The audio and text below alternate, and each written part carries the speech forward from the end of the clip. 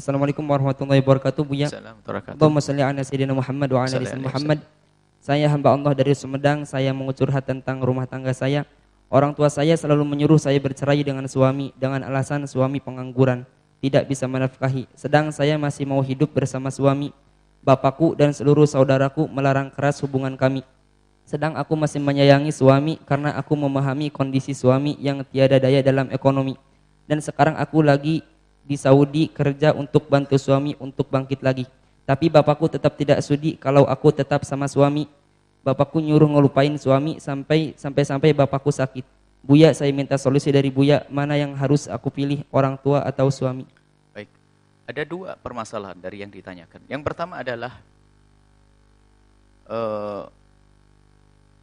adalah seorang tua yang menyuruh anaknya cerai. Urusan suami istri adalah urusan dirimu. Kalian berdua. Tidak boleh siapapun ikut campur dalam urusan perceraianmu. Termasuk orang tua. Seorang tua tidak boleh menyuruh anaknya mencerai. Termasuk anak seorang bapak menyuruh anak laki-laki menyuruh istrinya, mencerai istrinya, nggak boleh. Ada orang yang berhujah, Sayyidina Umar bin Khattab pernah menyuruh pernah menyuruh putra beliau untuk mencerai istrinya. Kan pernah kisah, riwayat sahihah, riwayat benar dari Sayyidina Umar bin Khattab. Sayyidina Umar bin Khattab pernah menyuruh anaknya untuk menceraikan istrinya karena sebuah pelanggaran.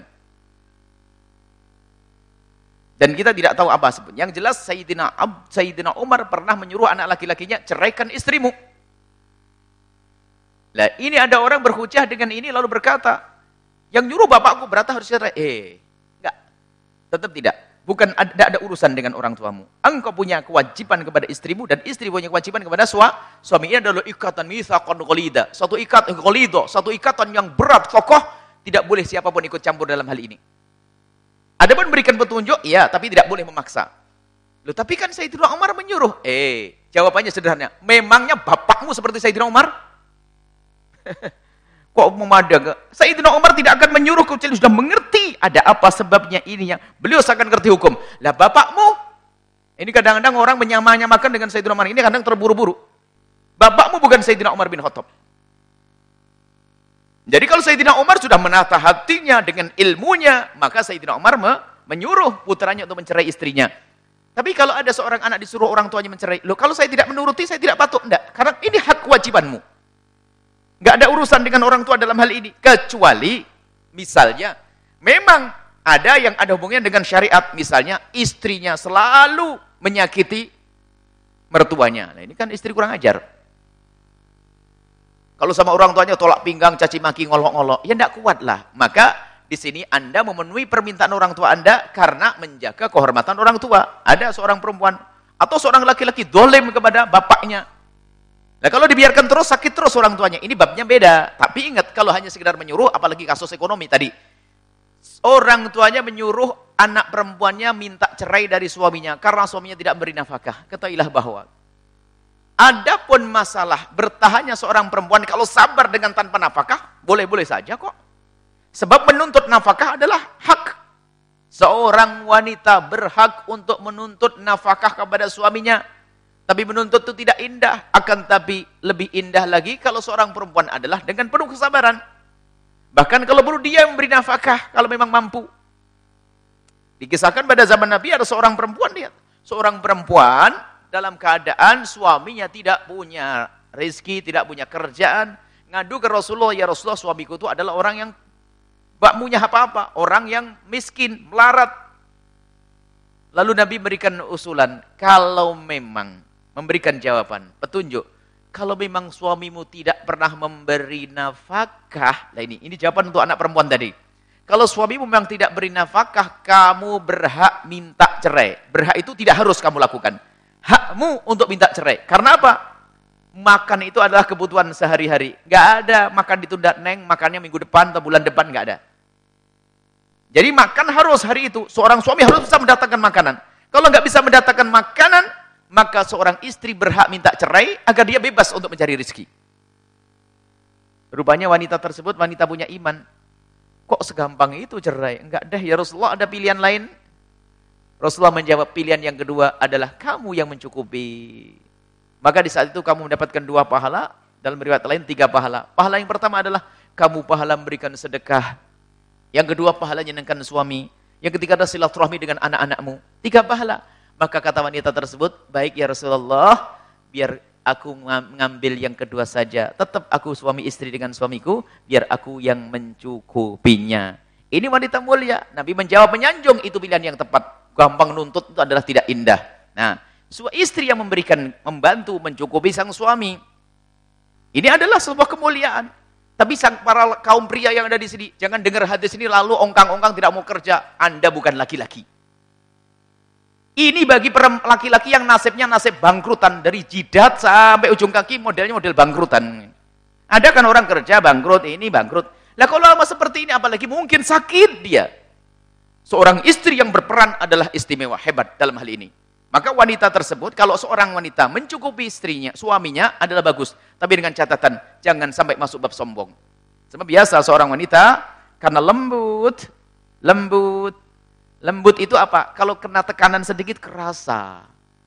Namanya lembut. Sehingga mendapatkan beban, bisa saja dikit saja langsung, gara-gara memberikan nafkah, sudah mulai tolak pinggang nanti. Ini karena dia lembut. Karena bukan semestinya seorang wanita itu harus bekerja seperti mencari nafkah. Baik. Kemudian yang kedua, setelah itu bagaimana caranya seorang istri? Maka di sini nggak ada sangkut pautnya dengan orang tua. Karena dia punya kewajiban lebih besar kepada suaminya dan dia nerima. Seorang wanita nerima, maka orang tua tidak boleh ikut-ikut dalam urusan perceraian dalam hal ini. Kecuali ada pelanggaran-pelanggaran syariat, tidak sholat, tidak ini. Tapi kalau masalah tidak dipenuhi haknya seorang istri, kalau istri merelakan, itu lain cerita.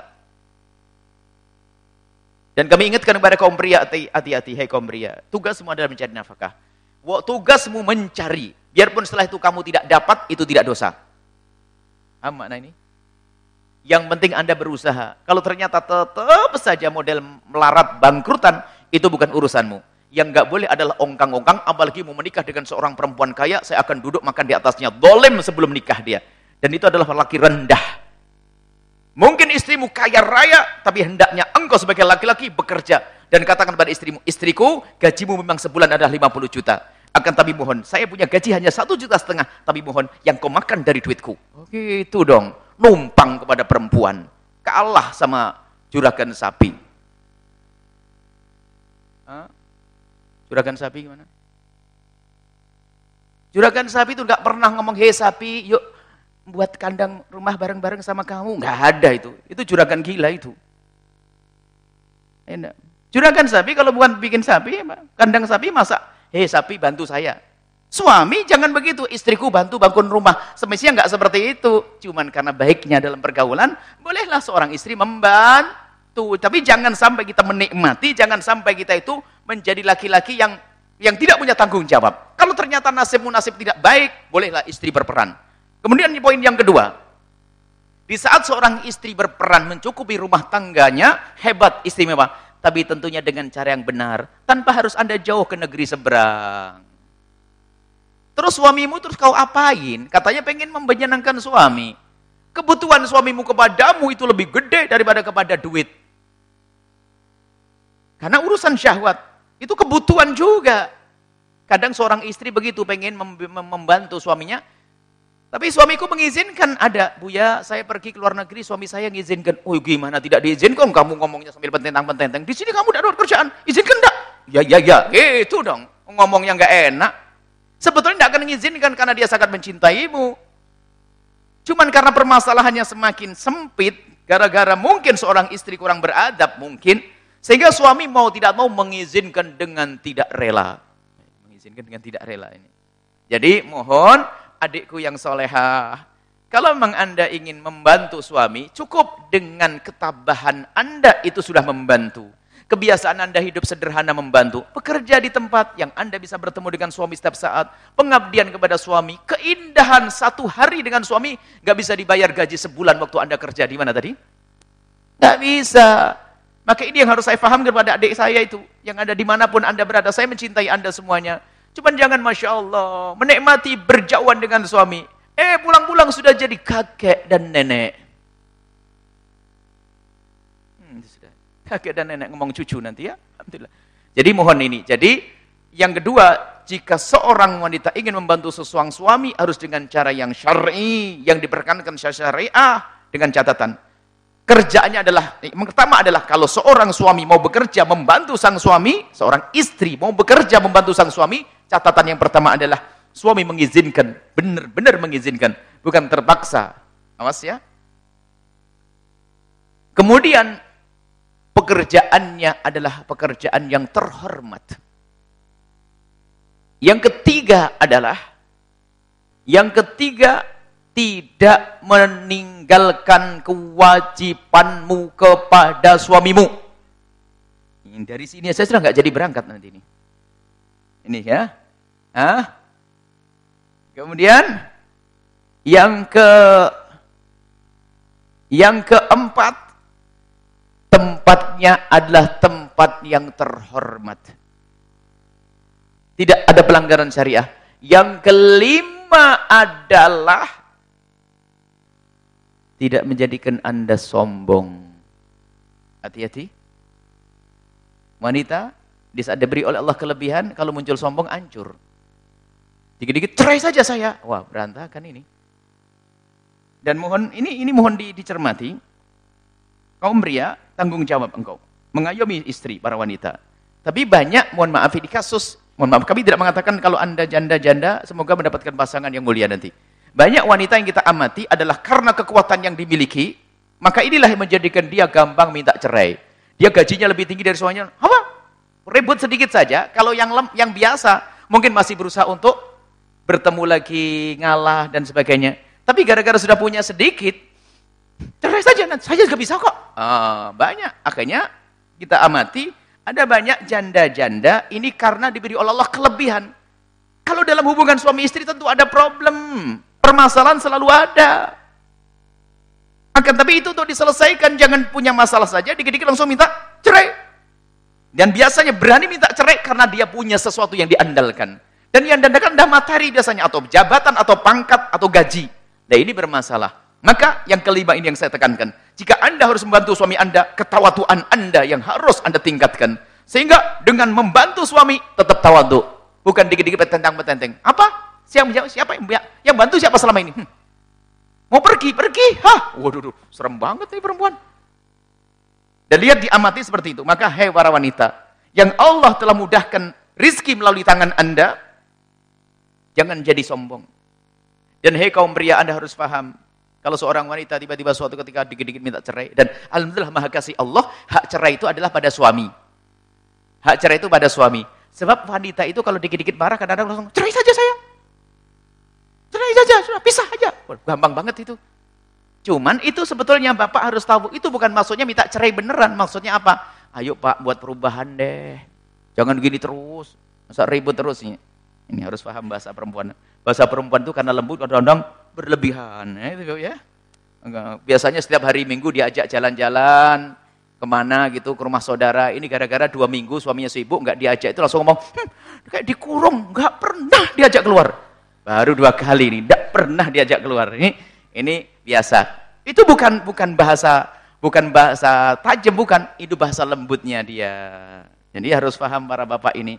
Kalau istri yang ngomong yang kasarkan ini, sebetulnya bukan beneran itu. Apalagi minta cerai, jangan langsung percaya. Oh cerai, ayo, nggak usah gitu. Ini hanya bahasanya.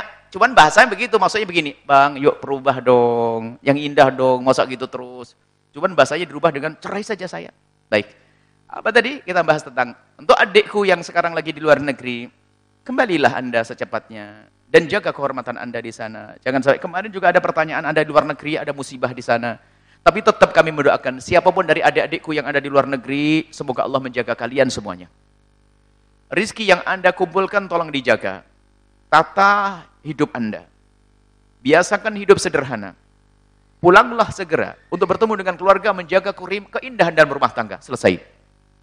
Berniatlah untuk cepat pulang, secepatnya. Adapun tadi, kunci ada kembalikan kepada pertanyaannya, Anda tidak harus menuruti orang tua Anda di dalam urusan perceraian, karena Anda masih punya tanggung jawab kepada suami Anda, yang Anda cintai dan menurut Anda baik, sampai Anda rela berkorban untuk pergi ke luar negeri bekerja, biarpun cara Anda adalah salah, tapi Anda punya niat baik, insya Allah Allah angkat derajat Anda dan Allah muliakan Anda, tapi Anda harus segera tobat. Segera